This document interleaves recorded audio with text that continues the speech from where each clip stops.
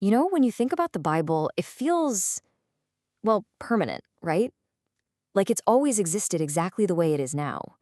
But the thing is, it was built. And that whole construction process, it's a fascinating story full of ancient libraries, fierce debates, and forgotten books that could have changed everything. Okay, so let's kick things off with a bit of a mystery. The Old Testament is packed with all sorts of supernatural beings, but it's really, really quiet about where demons actually come from. And yet, by the time you get to the New Testament, they're everywhere. So where did this idea suddenly pop up from? So the trail really starts with this super cryptic passage in Genesis 6. You've got these sons of God mixing with human women, and their kids are called the Nephilim, which a lot of people translate as giants. And that's kind of it. The text doesn't give us much more to go on, but this one little verse sparked centuries of debate, and it inspired an entire book just to fill in the blanks. And that's where the Book of Enoch comes in. Now, this ancient Jewish text didn't make it into the final Bible, but it was incredibly popular around the time of Jesus, and it offered a detailed, dramatic, and honestly a pretty terrifying answer to our demon question. So here's how the Book of Enoch lays it all out. A group of angels, called the Watchers, ditched heaven because they were attracted to human women. Their children were the Nephilim, these hybrid giant beings. But here's the absolute key. Because they were a mix of spirit and flesh, when they died, their spirits had nowhere to go. They got trapped, left to just roam the earth as these evil, disembodied forces. So in this view, demons are basically the ghosts of dead giants. Now, this explanation was hugely influential back in the day, which, brings us to the million-dollar question. Why was it left out? Why did a book that seems to answer so much get cut from the official list? And figuring that out, well, that takes us right to the heart of how the Bible itself was put together. All right, so the investigation really kicks off with one big question. Who actually wrote this thing? The book claims its author is Enoch, Noah's great-grandfather, from way before the Great Flood. But when scholars started digging in, they found some major problems with that claim. To get this, we need to wrap our heads around a key term, pseudepigrapha. It literally means false writing. Now that sounds a lot like a modern forgery, right?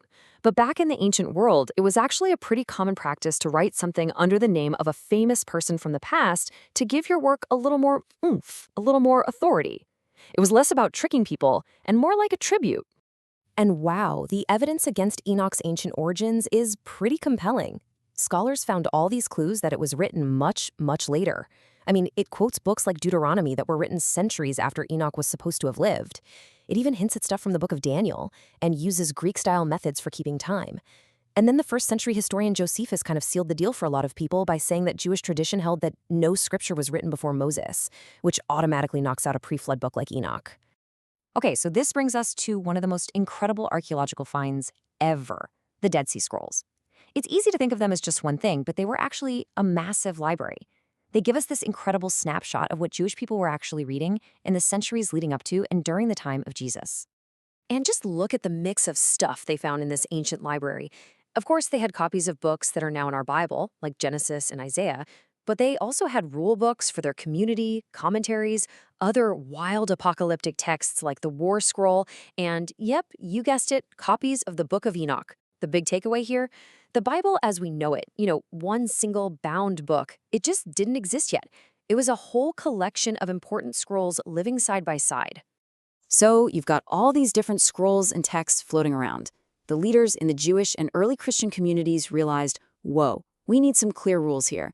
They had to decide which texts were divinely inspired and which were not, a process we now call canonization. And the rules they came up with were actually different for the Old and New Testament. For the Old Testament, the early church pretty much accepted the existing Hebrew scriptures. As the Apostle Paul put it, the Jews were entrusted with the oracles of God. But for the New Testament, which was all about a new covenant, the number one rule was apostolic connection. Did this book come straight from one of Jesus' apostles, or at least a close associate who heard it all from them directly? And you can really see this chain of custody in action when you look at the Gospels. Matthew and John, they were apostles, direct disciples. Mark wasn't, but early tradition is super clear that he was basically the scribe for the Apostle Peter, writing down his eyewitness account. And Luke? He was a traveling buddy of the Apostle Paul. Every single book had a clear, traceable line right back to Jesus' inner circle. This whole process wasn't exactly overnight. The four Gospels and Paul's letters were total shoo-ins. They were accepted almost right away. But other books were what you might call slow burners. And why the delay on some of them? Well, it all came down to forgeries. There were all these fake Gospels and letters floating around with famous names like Peter and Thomas slapped on them, so the early church had to be extra careful to separate the real deal from the fakes. So, after all that, centuries of debate, careful sifting, where did everything land? What made the final cut, what was left out, and what got kept around just for its historical value? When it comes to the Old Testament, the result is, well, it's pretty interesting. The Jewish Tanakh and the Protestant Old Testament have the exact same core books. The Catholic Old Testament, though, includes all of those, plus a handful of other books written in that in-between period, which they call the Deuterocanon. Now, Protestants usually call these extra books the Apocrypha, and it's super important to get the difference here. Canonical means a book is considered inspired scripture, the foundation of faith. Apocryphal doesn't mean a book is bad or heretical, it just means it's not considered foundational scripture, but it's still really valued for the history and the cultural insight it gives us. And if you want a perfect example of why these books are still so valuable, look no further than Hanukkah. Ever wonder why that story isn't in the standard Old Testament? It's because the whole thing is told in the apocryphal books of 1st and 2nd Maccabees. They're absolutely vital for understanding Jewish history right before Jesus' time. And so, after this whole long journey, we finally land on this number, 66. That's the total number of books you'll find in the Protestant Bible, the 39 from the Old Testament and the 27 from the New, all brought together through this incredibly intense process of historical and theological vetting. And all this really leaves us with a fascinating question to chew on.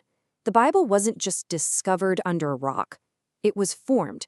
It was shaped by community decisions, by historical evidence, and by a very specific set of rules for what counted as truth. It really makes you wonder, if those rules had been just a little bit different, what other stories and what other worlds might we be reading about today?